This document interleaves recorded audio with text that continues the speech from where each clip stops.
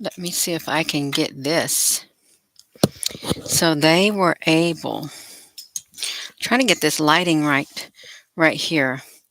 They were able to access the grid.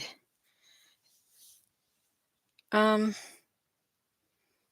I don't know if they're going to allow the comments on here. Okay, they were able to do it. Let me scoot this here. Let's get this closer right here. We are going to go to, it's about the guy. Hello, Emmett. He lost his brain. His friend took his brain out of his head last night. Hello, Susan B. Honey. And this is supposed to be fiction. That's what it's supposed to be. It's not supposed to be real. I try to get this light on me to where it's shining better on me. It's who cares, right? Hello. Um, just suppose this right here that's supposed to have happened in 2088.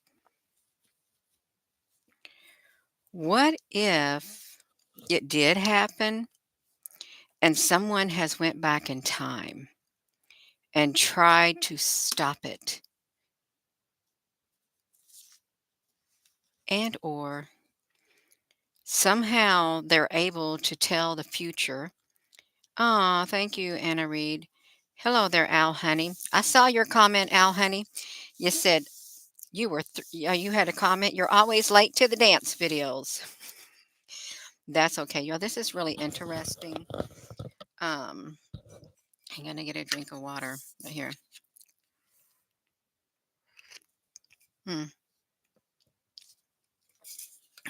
Yeah, Project Looking Glass. I'm not familiar with the Project Looking Glass that well.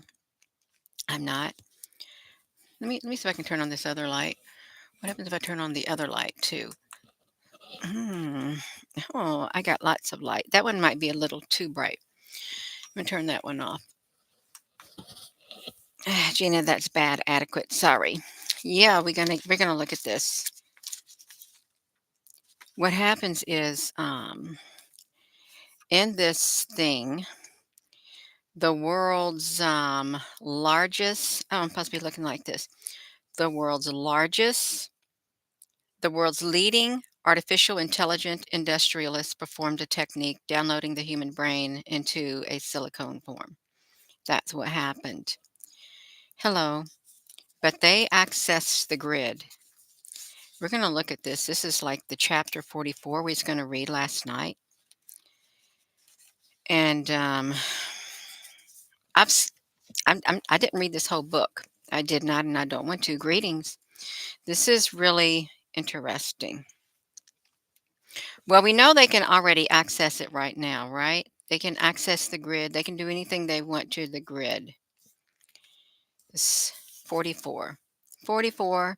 Can y'all hear me? Is this too loud? Because I think last night I might have been a little bit too loud on here. And I can't really tell if I am. If I'm too loud, let me know and I'll try to bring down that volume. Oh, it's perfect. Okay, great. I pushed my conversation with Ray to the back of my mind. So obviously, this guy's mind is connected to the grid at this point. I pushed my conversation with Ray to the back of my mind and I accessed the grid address that he had given me. I completed the necessary alterations in less than 15 minutes. The memories of those who had brain transplants were now accessible. He's accessed the brain transplants, the 3D ones, as was everything else accessible. And the guy did it from his mind, his head, his Neuralink, or whatever he had in his. Did y'all just see that flash of light that just came around me?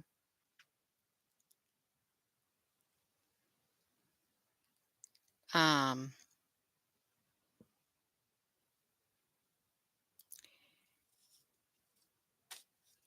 I'm Hopefully, it's in the back of me, hopefully. Maybe they're taking pictures of me. Somewhere along this they're taking pictures of me across this vast network, okay? That's what they're doing. Great. I've got a job to do. Otherwise, they wouldn't be snapshotting me from the future. Let's just pretend they're watching me from the future. I've been sitting back from the future um, to do this. Let's just suppose that's what's happened. Or I'm being divinely guided to do this.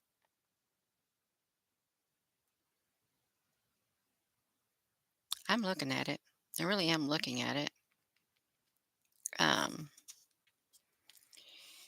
so he has accessed the memories of those who had their brain transplants. They were now accessible, as were everything else. After the transplant, I realized that I now had immediate access to the entirety of human knowledge after his brain transplant. Um, Not only that, I could meaningfully synthesize it. The prior constraints of my biological brain had been suspended. I could understand astrophysics, genetics, or atmospheric science as easily as I could understand history. And that's okay. This is really interesting.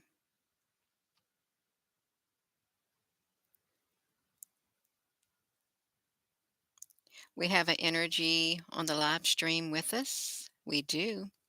We got an energy in here. Great. Welcome.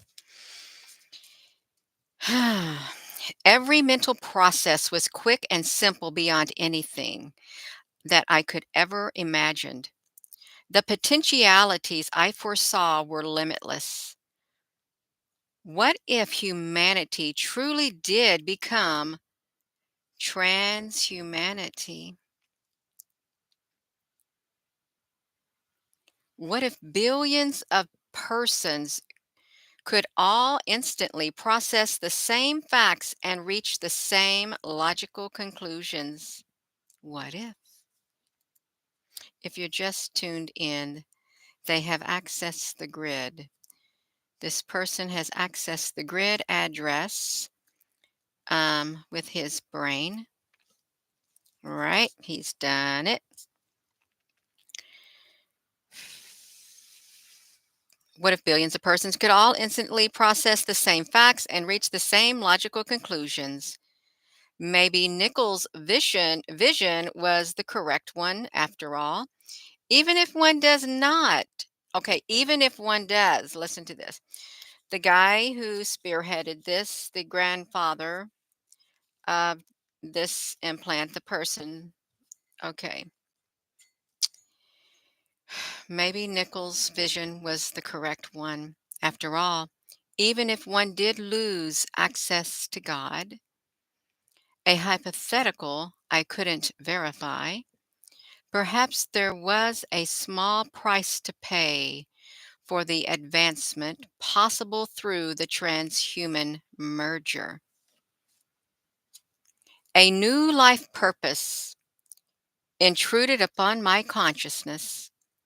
I was a pioneer, one of the first of a new race.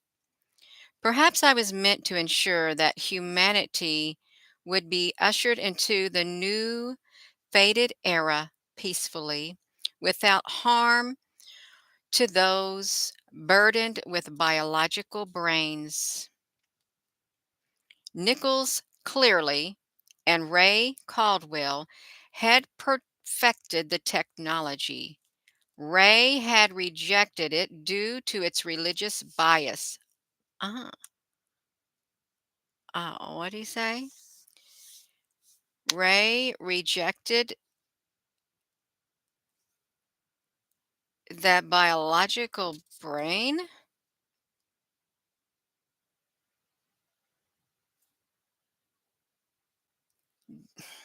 due to his religious bias. Okay. Nichols had mismanaged its implementation, acting imprudently and arrogantly, but without malice. See, it fell into the wrong hands. Fell into the wrong hands. They were warning about that in the World Economic Forum. If this type of technology fell into the wrong hands, humanity would be in trouble. They did warn about it. We watched it. Okay. Ugh. He simply wanted to realize his vision for humanity. He could be convinced to amend his ways. As for Cleary, he posed the real threat. I had no access to his memory stream first. He couldn't access this guy's memory stream off the grid. This is really interesting. Hmm. Abby nodded to the butler and hobbled through the door that he held for her. After she returned to Nichols' estate, she spent the afternoon in the conversatory, that's a big word, contemplating what she would say to the man who violated her grandfather and saved Creighton. Now she entered a large library. At the far end of the room, in an easy chair, reading a lamp, sat Brian Nichols. He stood and monitored her over to a chair near her, motioned her to a chair near his. Hello, Mr. Caldwell. I'm so pleased to finally meet you face to face. This is the man who did the transplant on her grandfather, drugged him, put him to sleep, strapped him down to the table, took his brain out of his head and put in the 3D silico brain in his head. And he told him, "You'll thank me afterward." But his friend, her grandfather, lost his connection to the Almighty, more or less. I appreciate you waiting for me to arrive back here. Despite her repeated prayer to remain calm, Abby felt her anger swell. I was abducted and I was brought here. He looked surprised. Abducted? I gave instructions for you to be invited. I do so apologize, Miss Caldwell. It's an unfortunate misunderstanding. This guy has a brain transplant in his head. You are, of course, free to leave at any time you wish. Yes, I see that. But I can't say the same for my grandfather. You have him incarcerated. Her grandfather is incarcerated. Incarcerated? I would not employ that word, but I understand why you do. Please sit down and we can discuss your grandfather and other issues that are important to the both of us. I had to be in DC into Wash I had to be in Washington DC this morning. I performed a transplant on a friend of yours. Oh great. One of her friends got a brain transplant. Her voice was caught in her throat. Creighton? Oh, he's fine. It went like clockwork. I truly enlightened the fellow, Professor Daniels, and now even more so, of course. A wave of sadness replaced her anger. She could not believe that he received a brain transplant. Can I talk to him? Of course. I'm sure he'd be thrilled to hear from you, and I can provide his new grid address. So this guy lives on the grid. It's just his brain. She has to access the grid to does your light always blink like that? Oh, it's not my light. This just started doing that since I found this book yesterday. I don't recall it doing it before, did it? I don't know what's happening. The shining of the map look weird. What are you reflecting on? Let me look. How about that? What what if you think it's doing that? It's still kind of doing it. How about that? Oh, it's still going to reflect regardless. It's an energetic attachment to my thing right here. Let's get it, you all. Don't look at the map. Don't look at it. But we're talking about the world right here is what we're talking about. I can't see the book, so I'm going to have to set where I was sitting. Um, this may not be for you. The blinking may get to you. I don't know where the blinking is. It's doing on this laptop. Is there some kind of energy in here? That's okay. They can. This woman's friend had a brain transplant, and she wanted to talk to him. And the guy says, I will provide you his new grid address. And my assistant can set, but you'll need a helmet to enter the virtual reality, won't you? She has to put on her virtual reality helmet to talk to her friend. I'll have my assistant track one down for you because she doesn't have a Neuralink in her head. And she don't have a brain transplant, so she has to wear a virtual reality headset. Okay. I'll have my assistant track one down for you. We should have one in storage. It may be this evening. So now she has to wait. She has to wait to talk to her friend. As soon as possible, she said. Yeah, as soon as possible. She erased the emotion from her voice, trying to sound in control. And when can I contact my grandfather? Nicholas shifted in his seat. Ah, your grandfather. You must realize that everything that has happened with Ray has resulted from a series of miscommunications and misunderstandings. Her grandfather's name was Ray, I guess. Is that why you performed the brain transplant against his will and have locked him in a mental institution? Locked inside a mental institution inside his head. Hello, Applebrooks, honey. So now we see what's happening. Locked him in a mental institution, or maybe it's a mental institution. I don't know if this is going to be a physical one or not. That is one perspective to be sure, but Ray had planned to have the procedure done on himself, and when he disagreed so vehemently with it after his operation, and he insanely threatened to shut us down, I had no choice but to have him physically examined. There was nothing wrong with my grandfather until you removed his brain. They took his brain out, his real brain, and put his 3D silicone brain in his head. Okay. He cut her off. The hospital records may show differently. Abby's cheeks flushed with anger. You took. However, Nichols held one finger in the air. However, I believe the time has come to have the physicians reevaluate Ray's mental state and consider his release. I visited him the other day and he seemed in his right mind. I'm sure the doctors will give him a clean bill of health if he agrees not to make those unfortunate incidents a continuing issue. Would that be agreeable with you? So he wants to make a deal with the man's granddaughter. He went to the asylum. What have you done wrong, Mr. Nichols? And I cannot control what my grandfather will agree to your terms. That we agreed, aren't we? We're agreed, aren't we? I'll take the matter up with Ray, and in the meantime, it's late.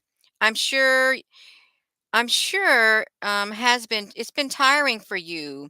I invite you to have dinner and spend the night with us here. Well, if she spends the night, it sounds like he's going to do a brain transplant on her too. Spending the night at Nichols' estate wasn't part of her plan. She didn't trust the man, and here she was completely at his mercy. Everything he had just said to her concerning Poppy might have been a lie. She didn't have much of a choice. Cooperating seemed her best shot at securing her grandfather's release. Thank you. I accept your invitation. How soon do you anticipate going to visit my grandfather? His eyebrows raised slightly. Well, I do. have to think how exactly Ray and I will proceed from here to protect both of our interests. I would say within a day or two. Anger rose within her. Already the man was playing games with her. There was no reason Nichols could not tap the hospital this evening and talk with Ray, and it was only his own interests, not those of Poppy. Nickel had no intention of protecting. She pushed down her anger. Losing her temper was the last thing she wanted to do. A single day would be preferable. Oh, indeed, I'll let you know. So she's there. She's going. Okay, so he's locked her Poppy in a mental institution. Um, yeah. Oh, listen to this. Nichols continued. I understand why you did not. I understand why you clung to your beliefs, of course. Those beliefs were a natural step in the evolution of the species. Of course, for humanity to realize its true destiny, myths like Christianity had to be laid aside. We had to acknowledge reality as it truly is. And what do you see as that reality? Nichols is the guy with the brain transplant. Um, is it not obvious that humanity is to be the spark of intelligence that the universe has always wanted to bring into existence and spread throughout itself? Are you saying the universe has a conscience? Nicholas Nichols put his glass on the table. A conscience? What a sublime concept, but so difficult to define, is it not? This century has brought us face to face with that dilemma. The machines we build have become more intelligent than we are. They think, they make their own choices, they have their own value systems. I've always considered them to be conscious. Some disagree. As for the universe, I believe it has all along carried the seeds from which intelligence would rise.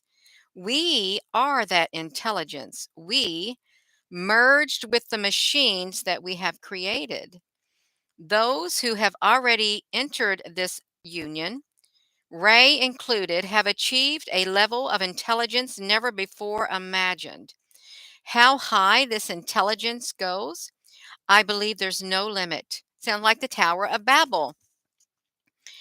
Abby finished her water, placed her glass on the table. And what of the human soul? He smiled at her. Such a quaint notion, the soul. Using nanotechnology. Somebody just said it in here. Who said nanotechnology? Lobotomy? Cheryl? Sherabe Churig? Oh, okay. This is science fiction, y'all. You just tuned. They access the thing. You know why it's glitching? Let me tell you why this thing is glitching. It wants you to be more focused on the glitching than what's being said. Think so? I think so. It's a distraction. That's right. That's why they're doing it. They're glitching it so that you can focus on the glitch and not what is being read from this make believe book that sounds kind of futuristic right now. So, um, what about the human soul? Such a quaint notion, the soul. Using nanotechnology, we have successfully mapped the entire human brain, and they have, down to the very molecules that compose every neuron in our gray matter. But we have never come across a soul. We are material beings, Miss Caldwell. Cells and molecules and atoms. These account for the entirety of our human existence. She stood and limped over to a window. And how, Mr. Nichols, would you know? How can you look for what your instruments aren't designed to see? Well, you are free to continue your search for what doesn't exist, Miss Caldwell. I prefer to live in the real world, and fortunately, the rest of humanity has come to see it my way. The civilized countries, at least, and superstition is still prevalent in some parts of the world, but they'll catch up eventually. Maybe reality looks like superstition if you haven't personally encountered it, Mr. Nichols. The conversation, Abby concluded, was revealing nothing useful, only Nichols' steadfast faith in his own belief system. Abby turned toward him. I'm a bit tired. I believe I'll return to my room. May I have my dinner served there? Of course. You want a bit of privacy this evening, understandable. I'll have my butler bring your dinner. I enjoyed talking with you, Miss Caldwell. Your perspectives are a fascinating journey into our cultural history. She gave a slight nod, but did not smile, and then moved upward the door. I believe I can find my way upstairs. Um, so I'm not going to read any more of it right now. I'm not because she gets to talk to her one friend, but my screen is glitching. Yeah, it's all right, you all. It is nano nano. That's right. Mork from Orc. Nano nano. Nano nano. That's right. I'm gonna go. I am. This is done for now. And